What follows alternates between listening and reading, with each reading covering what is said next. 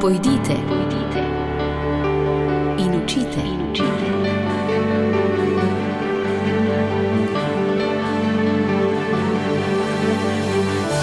In šli so. Spoštovane poslušalke, cenjeni poslušalci, danes se bomo v naši rubriki hkrati odpravili v misijone, odpravili v bogoslovje pri nas doma na Slovenskem in odšli zdajle k sosedom, kjer smo ujeli za pogovor nadaljavo o misijonskih daljavah Marka Antona Ramšaka, ki ga prav lepo pozdravljam in voščim dober dan v naši rubriki. Lep pozdrav, me veseli, da lahko malo pokramljamo in se slišimo. Mark, mislim si, da so mnogi naši poslušalci že ujeli na kakšnih družbenih spletiščih, da se Mark Anton odpravlja v misijone, da je bogoslovec, tudi bogoslovec, ki prihaja iz Savinjske doline, bogoslovec, ki ima rad življenje, ki ga spoznava z različnih plati in ki se mi zdi, bo rad duhovnik. Mark, a si mislim prav? Ja, vsekakor. Odkar sem uspel res sprejeti in razločiti ta klic, me vedno bolj veseli in vedno bolj vidim svoje poslanstvo in svoje izpolnitev v tem, da bi služil bližnjemu in bil Gospodu blizu kot njegov duhovnik. 5. leto formacije ste si zadali, da boste preživeli na misijonu Ampitafa pri misionarju Janezu Karmelju. Povejte, kako je pa ta odločitev dozorela v vas, kaj je zdaj pred vami, tik pred odhodom, v kakšnem obdobju smo vas zdaj pravzaprav našli? Drži, se pravi, gre za moje 5. leto formacije v bogoslovnem semenišču, ki sem si sam želel, da bi ga preživel na mal drugačen način, da bi lahko obogatil ta svoj čas formacije.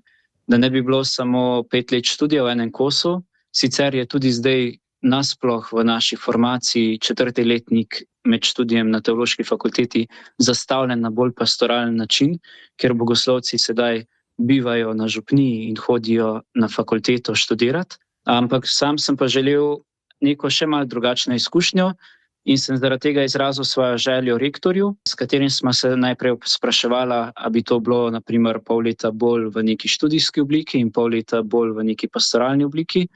Pa sem rekel, da pravzaprav tudi na podlagi izkušenj ostalih bogoslovcev, ki so že preživeli 1 celo leto v tujini, da bi bilo bolje, da bi tudi jaz preživel 1 celo leto na eni sami lokaciji, da bi res bil ves tam, res tam vstopil, tam sodeloval. Potem, ko smo se pa spraševala z rektorjem, kaj bi pa pravzaprav bila ta izkušnja, sem pa povedal, da meni v resnici za to leto ni bilo toliko bistveno, kje točno bom in kaj točno bom počel, ampak sem imel željo 1 leto preživeti na način, s katerim bi bolj poglobil v sebi to zavest, da Gospod drži stvari v rokah. Da stvari niso odvisne samo od mojih moči, mojih zmožnosti, mojih načrtov, ampak da je Gospod tisti, ki vse vzdržuje. Da bi pravzaprav preko tega leta lahko poglobil svoje zaupanje v Gospoda. Potem sem tudi sam podal 3 predloge okoliščin, kjer je neka človeška beda, ampak se vseeno živi vero, pač kaže življenje, ki ga tudi Gospod podpira, Gospod vzdržuje. In izmed teh smo pa potem z rektorjem in mojim škofom, Maksimilijanom Matjažem, ter ljudmi, s katerimi sta se ona dva posvetovala, razločili, da bi bila najboljša priložnost za to pa prav misijoni in sicer pri Janezu Karmelju na misijonu Ampitafa. Kaj pa misionar dejal na pravzaprav to pobudo? Kakšna je bila njegova misel, ko je izvedel, da boste letos skupaj? Z Janezom Karmelom je navezal stik najprej moj sošolec Filip Bezovnik, ki je prav tako iz Celjske škofije in je preko programa Pota šel v preteklem poletju k njemu za mesec pa pol približno. In je tudi sam potem podal to svojo izkušnjo, vse v bistvu, kar je tam živel in tako nam bogoslovcem in rektorju v bogoslovnem semenišču, kot tudi našemu škofu. Tako da se mi zdi, da je tu pravzaprav nastala ta vez. Imel sem pa to priložnost, za katero sem res hvaležen, da sem se z Janezom Karmelom uspel tudi srečati v živo, ko je letos prišel v Slovenijo in da mi je tudi lahko on sam rekel, da sem dobrodošel in da se me veseli.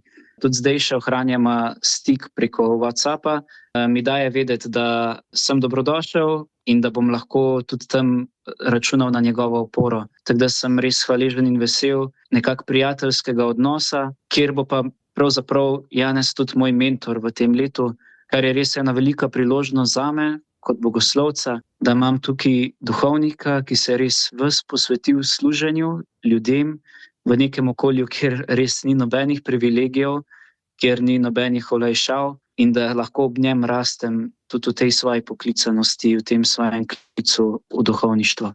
Jaz sem prepričan in verjamem, da se tudi Janez veseli moči mladih rok pri vseh tistih različnih delih na misijonu Ampitafa, ki so ga dobro spoznali lahko tudi naši poslušalci prek različnih akcij. Mark Anton Ramšak, kaj je zdaj tisto, kar pričakujete? Kakšno delo vas čaka? Se na kaj posebej pripravljate? 1 leto v misijonu s tako odločitvijo pač lahko tudi ni kratek čas. Res je. Z Janezom smo se že nekaj pogovarjala o tem, kako bi izgledalo moje služenje konkretno na misijonu. Prva stvar je vsekakor to, da sem ob njem pri delu duhovnika, pri svetih mašah, pri zakramentih, pri srečevanju z ljudmi, pri upravi, pri molitvi in da se ob tem učim. Potem nekaj bi bilo lahko tudi moje mesto pri samem upravljanju misijona, pri skladišču, kjer imajo shranjene vse različne stvari, da bi imel malo pregleda nad tem, kaj gre noter, kaj je šlo ven, zakaj se je porabilo, kdaj je treba nove stvari naročiti iz glavnega mesta.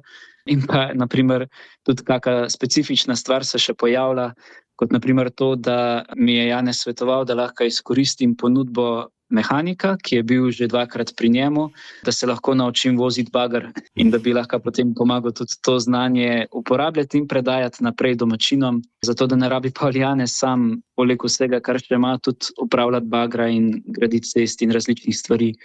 Tako da nekaj je tega tehničnega znanja, ki si ga še obetam osvojiti. Vsekakor je pa del priprav molitev za te, katerim bom poslan. Učim se najbolj Oče naša v malgaščini. Vsak zvečer zmolim en Oče naš v malgaščini, kolikor pač moram izgovarjati, prav za te, katerim sem poslan. In pa učenje jezika nasploh, pri čemer mi pa pomaga slovar, nekaj virov na spletu in pa tudi 2 moja sošolca, Billy in Anthony, ki sta malgaša, lazarista in sta sedaj v formaciji tu v Sloveniji in sta moja sošolca na teološki fakulteti. Krasno, kakšna lepa zgodba. Jaz verjamem, da bo še veliko lepša. Mark Anton, ko se boste vrnili, pa morda tudi kdaj vmes, glede na to, da ste skaut, animator, pevec, ministranci, mislim, da bo kako delo našel misionar tudi pri delu z mladimi, ker vem, kako vesel je pomoči, kadar je čas za kakšen oratorij ali kaj podobnega. Skratka, dela, verjamem, predvsem pa priložnosti za duhovno rast nikakor ne bo zmanjkalo.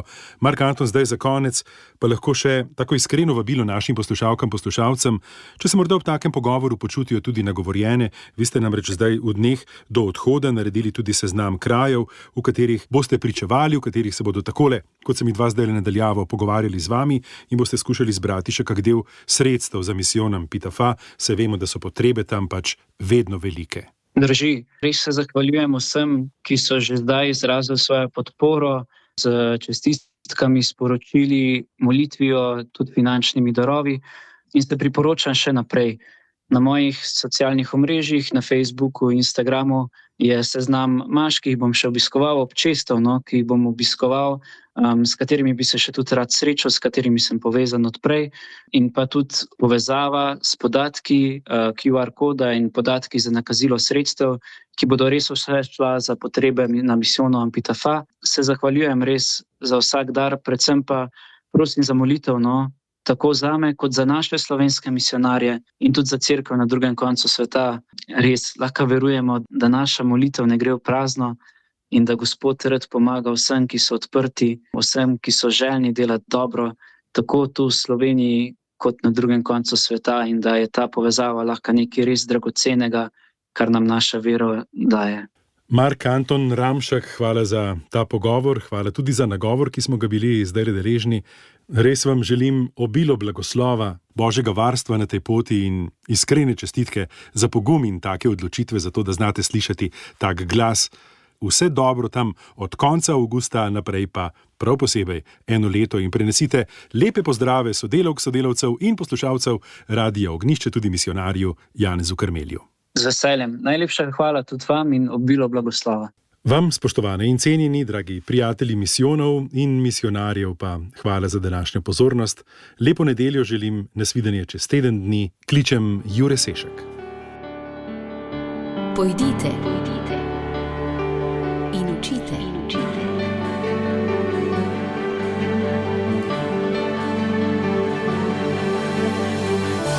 In šli so.